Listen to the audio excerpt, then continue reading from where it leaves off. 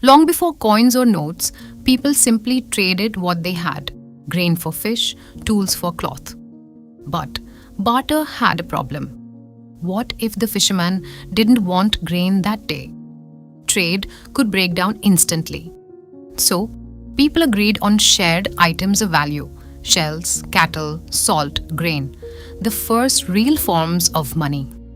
Around 600 BCE, the kingdom of Lydia struck the first official coins, metal stamped with a guarantee of value.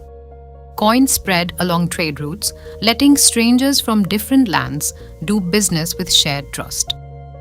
By the 10th century, China introduced paper money, lighter, easier to carry, and backed by government trust.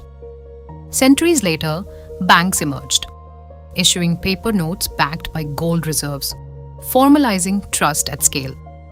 Today, money is issued and managed by central banks, no longer tied to gold, but to national trust and policy. Then came plastic. Credit and debit cards let us spend without carrying cash at all. Now, a tap on a phone moves money instantly. Banking fits entirely in our pocket.